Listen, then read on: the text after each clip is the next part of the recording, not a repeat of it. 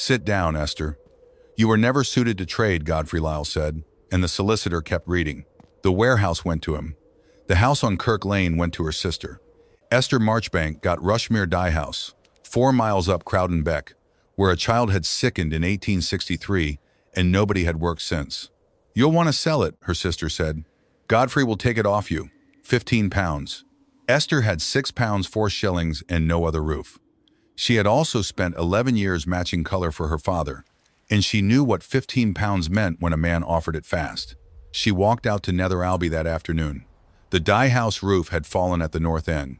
Nettles stood chest-high in the yard, but the stones of the tail race were stained a deep, even blue, and blue like that came from nothing her father's trade could make. Local dyers worked browns and madder reds. This was a color she had seen twice in her life, on cloth priced beyond the county. She scraped the stain with her thumbnail. It did not lift. A horse came up the lane behind her. Godfrey's man had followed her 4 miles to see which building she entered. The rider was Ned Craik, who kept Godfrey's books and did his walking about. He did not get down. Mr. Lyle thought you'd want the figure in writing, he said, and held out a folded paper. 15 pounds. And Godfrey to clear the drainage rate standing against the place. 11 pounds of it, 4 years unpaid, due at Lady Day. He's generous, Craik said. He's quick. Esther put the paper in her pocket without opening it further. Tell him I'll look at the buildings first. There's nought to look at. Then it won't take me long. Craik's horse shifted under him. He was a small, tidy man who disliked being kept in a wet lane. Mrs. Lyle says there's a place for you at your aunt's in Wetherby. Companion, board and £30 a year. He let that sit, provided the dye house is settled first.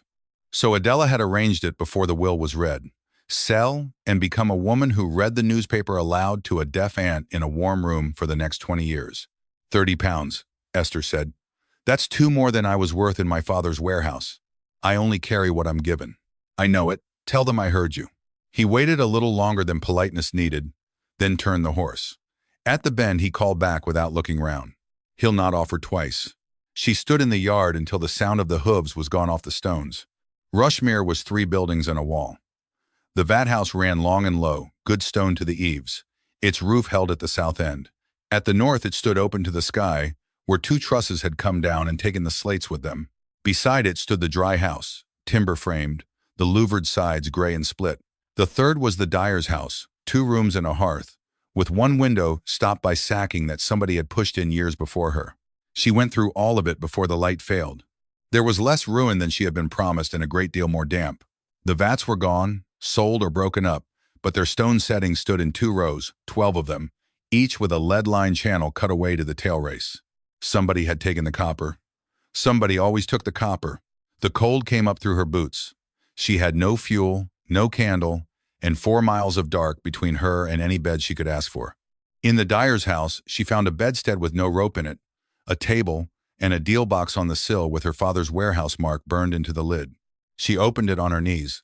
Inside lay a copy of the will, folded in 4. Under that was a key, iron, the length of her hand, red with rust at the bit, and clean along the shank where a thumb had worn it bright. A brass tag hung from it on a twist of wire. She turned the tag toward what was left of the window light. The stamped letters had nearly gone. Spring Ho. Esther knew the plan of the place. She had read her father's rent book that morning, twice, in the solicitor's outer office, while Godfrey kept them waiting and talked about the price of soda. There was no spring house at Rushmere. She sat back on her heels with the key across her palm and made herself follow it out. Either the rent book was wrong, or the building had been taken off it. Outside, the Beck went on over the stained stones, saying nothing useful. Nether Alby had 38 houses, a chapel, a smithy, and the Ram, which sold bread on Tuesdays because nobody else would.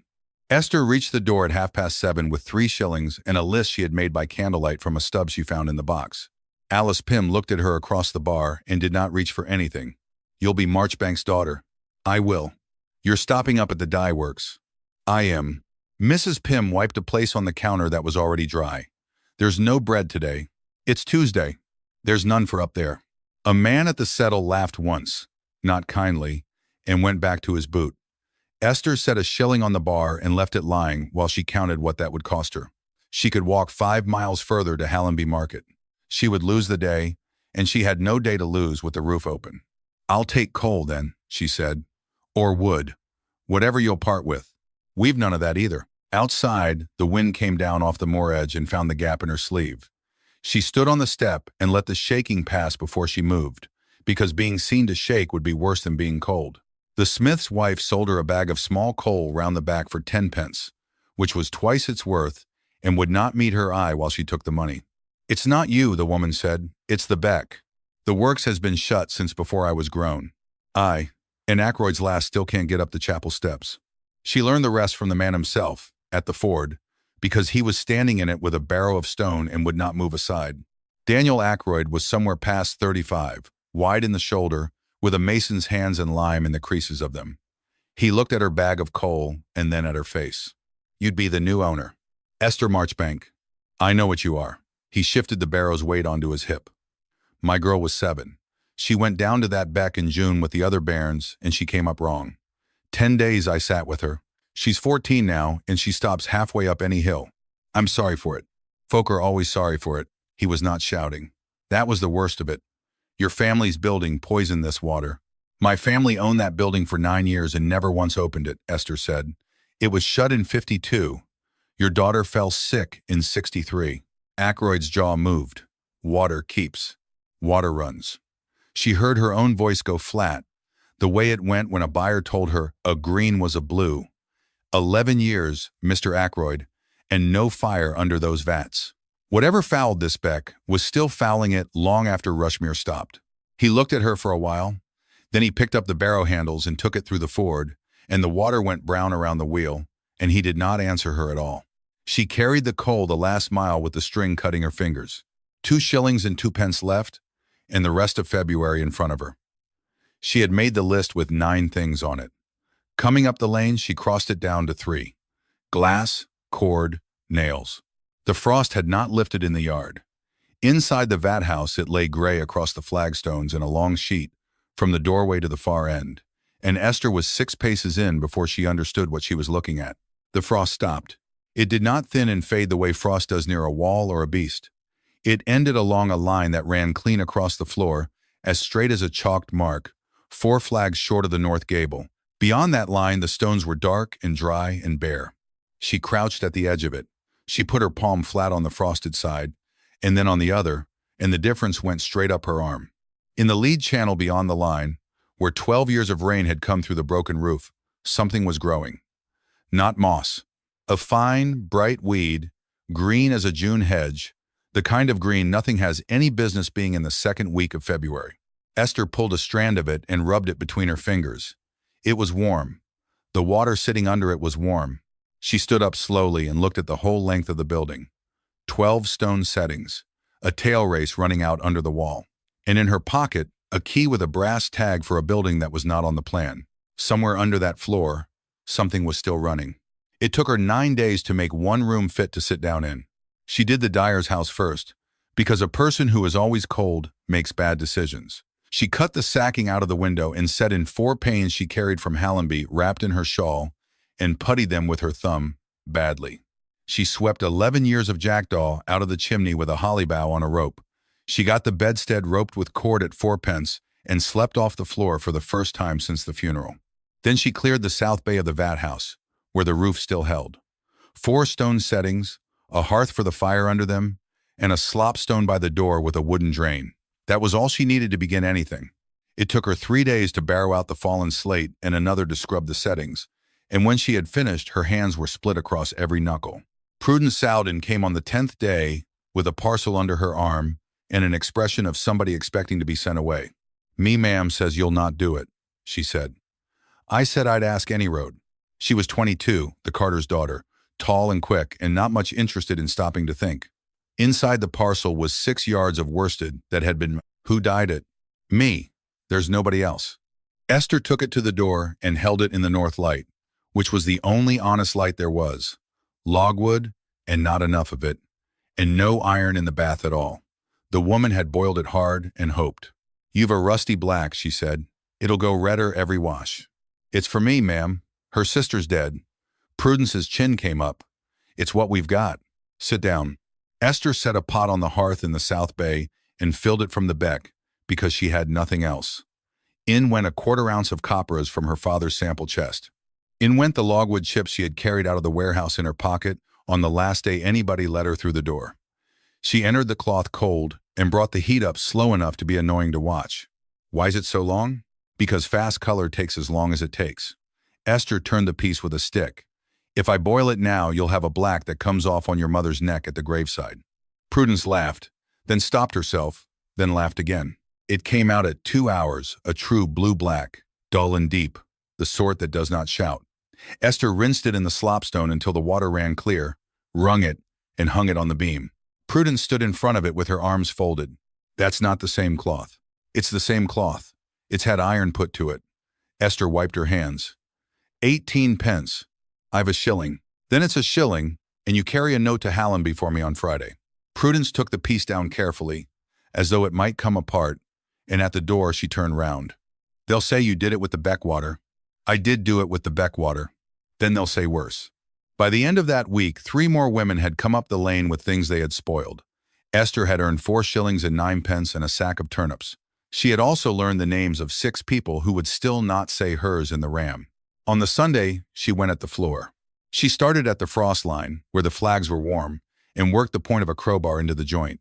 The first flag came up wrong and broke.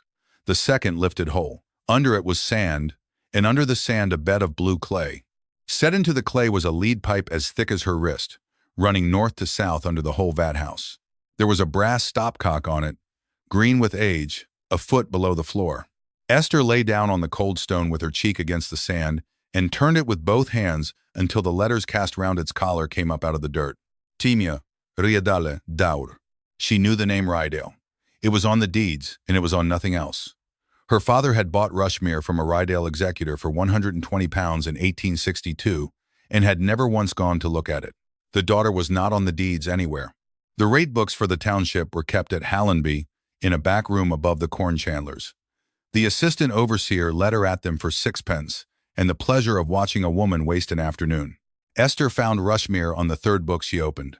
It was assessed for the buildings, for the yard, and for 11 acres of poor grazing she had not known she owned. Then, in a column with a heading she had to read twice, for water. 2 heads. She sat back. Every mill and works on Crowden Beck was rated for 1 head, the fall of the water it took from the beck by its leat. Rushmere was rated for 2, and had been since 1817, and the second was described in the overseer's crabbed hand as the spring at the hoe, not fed of the beck. She copied the entry out word for word. Then she asked for the nuisance orders, and the overseer stopped enjoying himself and said those were with the board, and the board met in April. She got one thing more before the light went. In the back of the 1852 book, loose, someone had pinned the notice closing Rushmere Dyehouse for the fouling of Crowden Beck. On it was the place where the water had been drawn for testing. Crowden Head Bridge. Esther walked home in the dark. She had been up and down that beck for 3 weeks. Crowden Head Bridge was 1.5 miles above Rushmere, and everything that passed under it reached her tail race afterward. She did not let herself run at it. She had watched buyers ruin themselves that way, seizing on the first thing that fitted. She wrote it in the back of her father's sample book and went to see the old man instead. Jonas Hallowell was 74 and lived in the last cottage before the moor gate with a hen in the house. His eyes had gone milky at the edges. He knew her by her tread on the flags before she spoke, which he seemed to think was ordinary. Marchbank's lass. You've been boiling. You can smell it? Logwood. I could smell logwood if they buried me. He gestured at the settle with a hand that shook. Sit down. Don't touch the hen. He had gone into Rushmere at 11 years old in 1808 and come out of it in 1830 when he took a wife who did not care for the hours. He talked about the vats the way other men talked about horses they had ridden 50 years before. 12 pans, he said, woad and matter and a deal of piss, and Josiah Rydale up on the walk with a stick, counting. And his daughter? Hallowell's hand stopped shaking for a moment. Miss Grace. He turned his face toward the fire. Much of an age with me, or near it. She had the nose. Best nose in the West Riding, and her father knew it, and he'd have sooner cut his own hand off than say it out loud. She made a blue. She made a blue, he agreed. After my time, I'd hear of it in Leeds. Rushmere blue, and folk paying stupid money, and no man could tell you how it was got. He worked his jaw. I'll tell you what I do know, lass, and then you'll leave me be. She never made it in the vat house. I went back in 39 to see about work, and she'd have none of me pass the door. Whatever she was at it somewhere else on that ground, and she was at it by herself. Where? I've told you what I know. He reached down and moved the hen with the side of his foot. Ask her where she is. That'd be my road. Esther sold her mother's garnet brooch in Hallenby the following Tuesday for £3.10. She spent all of it and more on 40 second-hand slates, 6 lengths of larch, and 2 days of a roofer named Sissons, who worked with his hat on and complained without pause. They got the south third of the vat house watertight. The north gable stayed open to the sky and would stay open because closing it properly was a matter of £40 she did not have. Mr. Ellershaw of Leeds had bought from her father for 20 years. He sent word that he would pay her 12 shillings a week to match and correct spoiled pieces, provided she got them back to him inside 5 days. She wrote yes before she had finished reading it. Ned Craik came up the lane on the 4th of March with his coat buttoned to the chin. Mr. Lyles bought in the drainage rate off the board, he said. £11, 2 shilling. He'll want it at Lady Day. That's 23 days. Aye. Craik looked past her at the wet slates and the open gable. He said you'd know what it meant. The pipe ran north. She proved it by lifting 3 more flags along its line, which cost her a day and a broken crowbar. It went under the north gable wall and out of the building into the nettlebank. The nettlebank was 11 feet of soil and fallen slate that everyone, including Esther, had taken for the spoil of the roof coming down. Prudence arrived on the Saturday with a spade she had not asked her father for. You'll want 2, she said. They cut into the bank from the top, because Esther would not risk it falling in on them. By noon they had a face of dirty stone. By 3 o'clock they had the head of an arch. That's a door, Prudence said. That's a door. It was a low one, barely 5 feet, set in a wall that had been built long before the vat house, and much better. The lock was iron and fouled with rust. Esther worked candle grease into it with a wire for the best part of an hour, while Prudence held the light and said things about the time. The key went in on the 7th try. It would not turn. She took her boot off, put the sole against the shank, and leaned, and the wards came round with a noise like a bone going. Warm air came out of the doorway and touched their faces. Prudence stepped back a pace. That's not right. It's the spring. Esther had her hand on the jamb, and she found she was steadying herself with it. Water comes up out of the ironstone at one heat all year. 50 degrees, near enough. Summer and winter. That's what's under my floor. How do you know that? Because I've spent a month trying to think what else it could be. She went in first with a candle.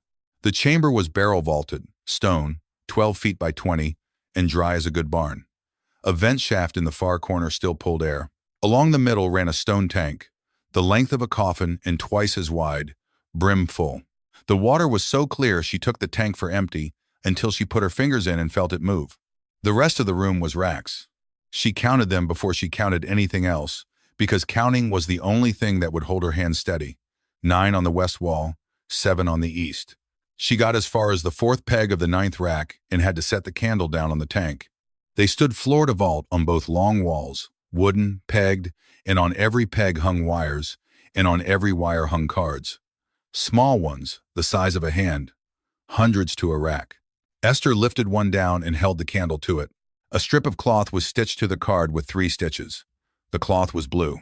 Not the flat, sulky blue of cheap indigo, a blue with depth in it, the color of the sky in the half hour after sunset. It had hung on a wire in the dark for longer than she had been alive, and it had not gone gray at the fold. On the card, in a small upright hand, was written 1140 13 B SP 138 4th grade GD. She took down another 1142 EIB SP 141 4th grade week at fold. Another from the far end 0902 IA BK 96 BR's bad. What's it say? Prudence had come in as far as the tank and stopped. It says she wrote everything down. Esther was going along the rack now, card after card, the candle shaking, numbers, and what she used, and what happened. It's 1100 goes at one color. It's a life. Whose? Grace Rydale's. There was a stool by the tank, and a lamp with the oil gone to varnish, and a pair of women's boots under the stool with the heels worn down on the outer side. There was a mark on the flags where somebody had stood for years. Esther worked round the room twice before she let herself admit what was wrong with it. Every card was a record of a result. Not one of them said how. E, I, B, and SP. 138 meant something exact to the woman who wrote them, and nothing at all to anybody else. Without a key, they were 1,100 beautiful, useless scraps. She found the place where the key had been on her second circuit. At the end of the north rack, at the height of a standing woman's hands, the pegs were cut differently, wider, deeper, with a shaped rest between them for something flat and heavy. The dust lay thick on the shelf below and on the pegs themselves, and in the middle of the rest there was no dust at all. Only a clean rectangle 9 inches by 14. Nothing rots in a dry vault. Nothing crumbles to leave a shape like that. Somebody had walked in here and carried it out. Ellershaw came himself on the 20th of March, in a gig, with his son driving and a rug over his knees. He was 61 and had bought cloth from her father since before she could reach the counter. He walked round the vault twice with his hat in his hand and said nothing at all for 4 minutes, which from him was a speech. 1,100 cards. 1,163. I've counted twice. And no book. No book. He put his glasses on and took a card down and held it near the candle, and Esther watched a man of 61 work his mouth, like somebody trying not to be seen swallowing. £60, he said. For what? For the racks. All of them, as they hang. He set the card back on its wire with great care, and a place with me in Leeds. 25 shilling a week, matching, and a room in Mrs. Frost's house that has a fire in it. You'd not be cold again, Esther. £60 was the rate paid twice over, and the north gable closed in a winter she would survive. What would you do with them? Take them to Dyson's. They've a chemist there, a young fellow, German-trained. He'd pull them apart. Ellershaw shrugged. 6 months, happen a year, and somebody has that blue again. Somebody? Oh, yeah. And whose name would be on it? He did not insult her by pretending to consider it. Dyson's. Esther looked down the rack at the small upright hand going away into the dark. 1,141. 1,142. 1,143. A woman standing on that worn place in the flags in the year 1843, writing week at fold about her own work because it was true. No, she said. Think on it a week. I've thought on it while you were talking. She got the candle and went to the door to show him out, because if she stood there any longer, she was going to change her mind. If they leave this ground, they're scraps of cloth. Here, they're the only thing that says she was ever alive. Ellershaw put his hat on at the doorway. Your father was a stubborn man, and it cost him money, he said. I'll still take your 5-day work. Don't be a fool about that as well. The eviction came 4 days later. Lady Day is a quarter day for tenancies as well as rates, and Godfrey Lyle owned 9 cottages in Nether Alby, including the last one before the Moorgate. Halliwell was on the road with a hen box and a bundle when Prudence found him. He would not be carried and would not be pitied. It took them until dark to get him the 1.5 miles up to Rushmere, stopping 4 times. He swore at the gate about the state of it. Esther gave him the inner room and slept by the fire. He'll not like this, Halliwell said from the bed. Me being up here. No. That's why he did it, lass. To have me where he can't.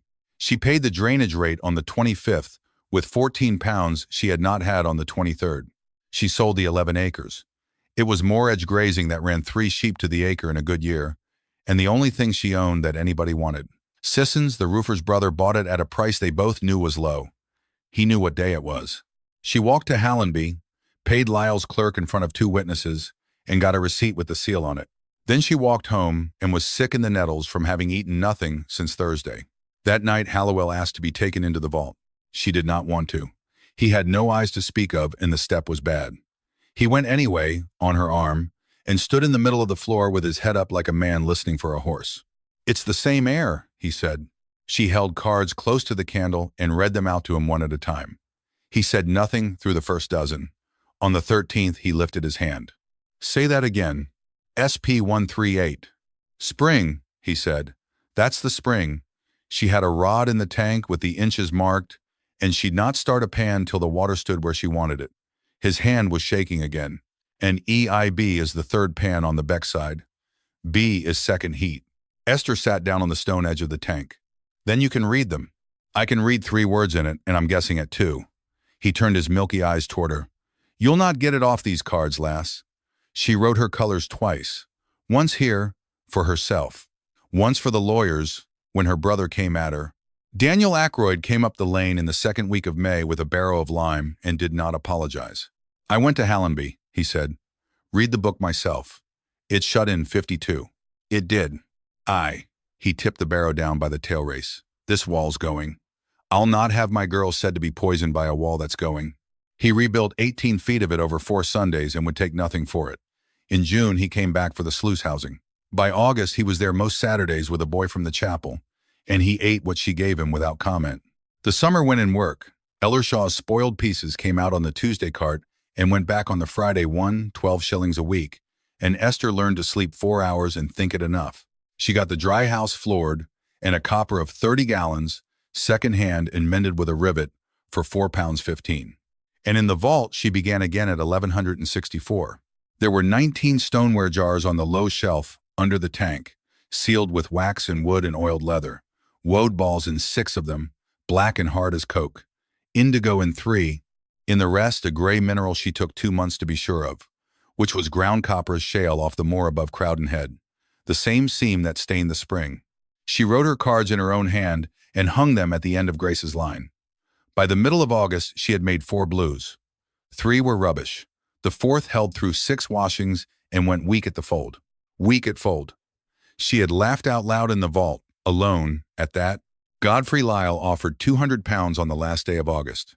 Craik brought it up in writing. Esther read it in the yard with her sleeves rolled and gave it back. "Tell him no. It's a deal of money for a hole in a bank. He knows what it is now." She wiped her hands on her apron. "That's why he stopped calling it worthless." The leet broke on the night of the 14th of September. She woke because the noise was wrong. Crowden Beck in September is a small brown thing that mutters. What she heard through the wall was a mill race. She was out of the door in her shift with the lantern before she had decided to be. The upper sluice was open to the stop, not lifted a notch by a rat or a flood, which had not come, since it had not rained in 9 days. It stood at the top of its rack with the pin out. The whole beck was going down the leet and into her yard. The yard was already gone. The water had come round the south wall and filled the dry house to the joists. Then it found the one place Esther could not afford it to find: the lifted floor of the vat house. The trench she had opened along the pipe, the low arched door standing at the bottom of the bank. She got the sluice down alone. It took 11 minutes, both hands, and a deal of shouting at nobody. When the gear jammed, she put her shoulder under the beam. The broken iron of the rack went into her calf below the knee and came out again. She did not know that for another hour. She was in the vault by then, in a foot of moving water, taking cards off the 2 bottom racks in armfuls and carrying them up the bank into the dark. 328 of them went. Some she lost outright, washed off their wires and gone down the tail race into the beck. Others came up as gray pulp with the stitching still in. The blue ran out of them into the water and made a color she would remember for a long time. Prudence found her at first light sitting on the bank with the leg black to the ankle. The doctor at Hallenby charged 7 and 6 and put in 9 stitches. If she stood on it inside 3 weeks, he said, she would be a cripple, and she could tell people he had said so. She lost Ellershaw's work in the 2nd week. He was sorry. He had a house to run. The summons came on the 4th of October, while she was still getting about the yard on a stick and a broom handle. It was laid by Mr. Godfrey Lyle of Crowden Head Alkali Works. It recited that the occupier of Rushmere Dyehouse had suffered noxious matter to pass into Crowden Beck on the 15th of September, to the common injury of the inhabitants of Nether Alby. The hearing was set for the 9th of November at Hallenby. Craik waited until she had finished reading it. "He'll go to 100, he said, today. He'd not go higher, mind." The registry of deeds for the West Riding sat at Wakefield. In a building with a stone stair Esther could not manage quickly. Prudence went up first with the search note. Esther came after, holding the rail. They had 4 shillings for searching and a name and a guess. The clerk found Rydale in the index of 1,841 inches under a quarter of an hour, which after 8 months felt like an insult. The memorial was of a deed of settlement made the 9th of June, 1,841, by Grace Rydale of Nether Alby, in the said riding, spinster, dyer, of the first part. Esther read it twice at the long table with her leg out straight under it. Grace had put the dye house, the yard, and the spring house and the water arising in the spring therein into the hands of 2 trustees, not for herself outright, for herself, for life, and afterward for the daughters of her father's blood, and their daughters, in succession, and if none, then for the poor of the township. Prudence was watching her face. Is it bad? My father bought this place from a Rydale executor in '62 for £120, Esther said. The executor sold him the buildings. He couldn't sell him the trust. It wasn't his to sell, so who's it belong to? Esther put her finger on the last line of the recital, where the clerk of 1,841 had written out the words and their daughters, in succession in a hand that sloped. My father's mother was a Rydale, she said. So was I, before anybody thought it worth mentioning. The schedule was annexed at the foot and ran to 11 pages. The enrolling clerk had headed it in copperplate. Schedule of colors practiced at Rushmere by the said Grace Rydale, delivered and identified. She had brought it in herself. That was the shape in the dust. A woman had lifted her own book off its rest in the summer of 1,841.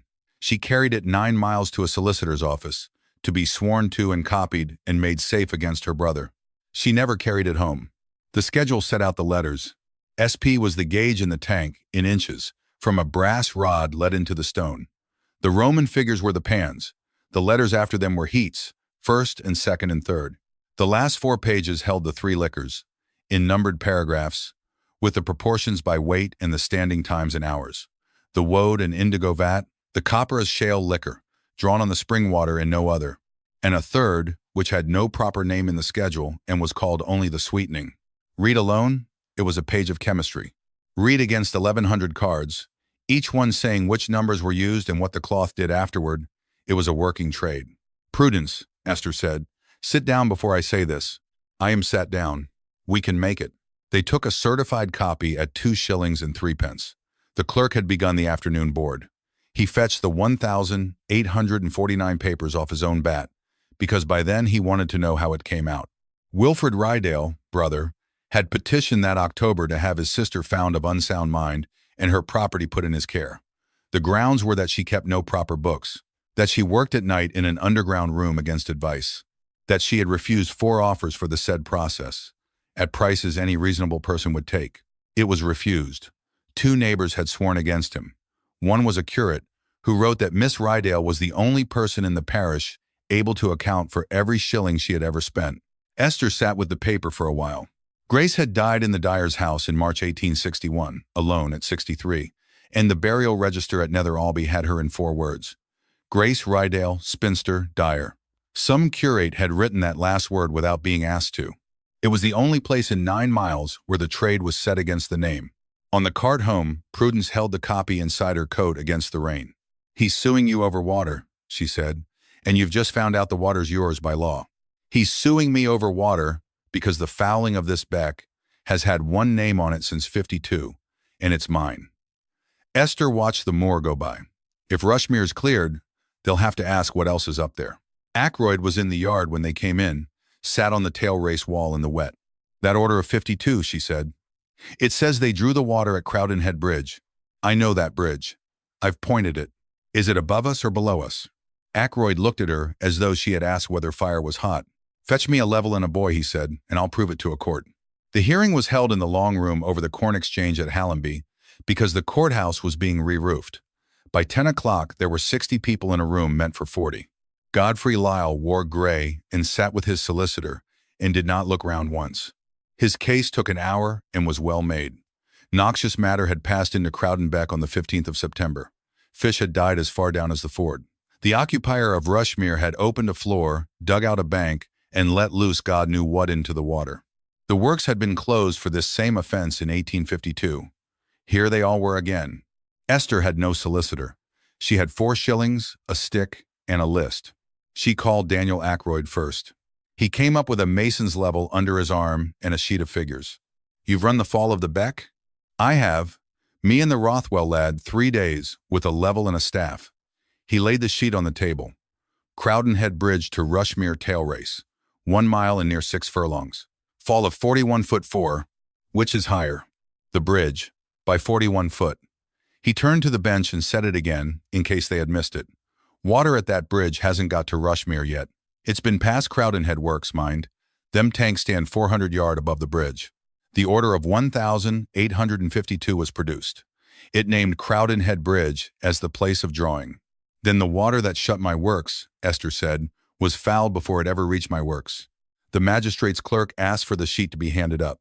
She called Walter Sowden next, who carried for everyone and owed nothing to anybody. He put his delivery book on the table, open at September. Lime and copperas to Crowden Head, 41 ton on the 11th and 12th. Then Esther asked for Mr. Lyle's own works returns. She had spent 4 nights deciding to. His solicitor objected. Lyle overrode him with a small movement of the hand. It was the only real mistake he made in 9 months, and it was exactly the one she had been counting on.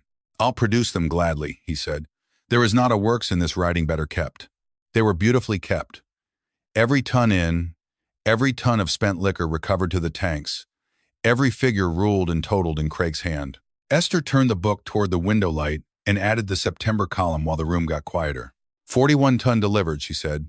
You've recovered 31.5. Your own hand, sir. Where's the other 9.5 ton gone? Leal said nothing for 4 seconds. In a room like that, 4 seconds is a long while. Waste, he said. Waste to where? Then she asked the bench for water. She had 3 stopper jars drawn 8 days before. One from the Moorfoot, above Crowden Head Works. One from Crowden Head Bridge, which was the place named in the order of 1,852. One from her own spring house. The curate and the assistant overseer had watched all 3 filled, and said so. She had 3 lengths of the same white worsted off one piece, a spirit lamp, and a pan. It took 20 minutes, and nobody left. The Moor water gave a fair blue. The bridge water took the same dye in the same time, and came out a dirty gray, streaked, with the smell of it filling the front of the room. The spring water gave a blue that made a man at the back say something out loud that the clerk asked him to withdraw. The bench will note, said the chairman, that the sample showing the injury is drawn at the very place named in the order of 1,852, and that the place lies below the works at Crowden Head and above the works at Rushmere by 1 mile and 6 furlongs. Adela was called after dinner and went white and told the truth, or enough of it, that her husband had said in February that the dye house must be got off Esther before she went up there, that he had said the spring was worth more than the buildings. Then Ned Craik, who had carried what he was given for 9 years, took out his pocketbook. In it was a note in Lyle's hand, dated the 13th of September. It instructed him to have the Rushmere leat let down in the night, to see what the woman would do about it. I don't take an order and not keep it, Craik said. I've never done. The summons was dismissed with costs. The bench directed the Board of Health to reopen the order of 1,852. Craik's note and the September returns went to the county prosecutor. Esther went out into the square and stood holding the rail of the steps until the shaking stopped, which took some time. Godfrey Lyle was fined £150 at the spring assize and restrained from discharging spent liquor into Crowden Beck until settling tanks were built and passed by the inspector. He built them. He was not a stupid man, and he was not ruined. Esther thought it as well that he was neither. A ruined man in that valley would have been somebody else's problem for 20 years. He sold 6 of the 9 cottages to pay his costs. He resigned from the board. He crossed the road in Hallenby the following November, rather than pass her on the same flags, and that was the last of him she saw for a long time. Adela wrote in April, 1 page, mostly about the cottages. Esther wrote back the same day and said she would always be welcome at Rushmere and that she would not be asked about her husband. They saw each other 4 times a year after that and were careful, and it was not what either of them would have chosen at 9 and 11 years old, and it held. The beck ran clear by the middle of June. Nobody made an announcement about it. The Rothwell boys were in the ford after minnows on a Saturday, and the Sowdens' dog went in after them, and that was the whole of the ceremony. The north gable went up in July with the costs, money, and £11 of the first sales, and Sissons complained the entire time and did good work. Ackroyd cut the lintel for the spring house door himself and would not let her see it until it was set. Grace Rydal. Dier. 1798 to 1861. It's what the register says, he told her. I went and looked. By Michaelmas, there were 9 women at Rushmere, and there would be 14 before the year was out. Prudence had the vat floor and a book she wrote in every day with her tongue between her teeth, and she was slow at it and getting less slow. Beth Ackroyd had the card room, because it was work you did sitting down. She had quick, neat hands. She could stitch a strip to a card in 9 seconds and would prove it to anybody who asked. Halliwell sat by the tank on a chair with arms, most days. He could not see the water and did not need to. He would put 2 fingers in it and say a number, and Prudence would read the rod, and he was wrong about twice in 100. SP 137, he said, one morning in September, 137 and a quarter. Then it's a good day for the third pan, and you may tell her I said so. Daniel Ackroyd moved his tools into the old stable that spring. The light was better there, and there was no sense in him walking 3 miles twice a day. Everyone in Nether Alby understood what it meant. Nobody said it out loud until the two of them were ready, which was August. They were married in the chapel with the door open. Ellershaw came back in August with his hat off and an offer, and Esther heard it out and then gave him her own. He could have the whole make on commission at 5%, and the ticket sewn to every piece would say Rushmere Blue, after G. Rydale, 1,841. And if a single yard went out to Dyson's chemist, she would know within the month, and he would never see another skein. You'd have got 200 a year off me in Leeds, he said. I'd have got a room with a fire. He put his hat on. 5%. She kept the 11 acres sold and did not try to buy them back. Under Grace's deed, when there was no daughter left, the whole of it went to the poor of the township. Esther had the trustees add the one clause she was able to add.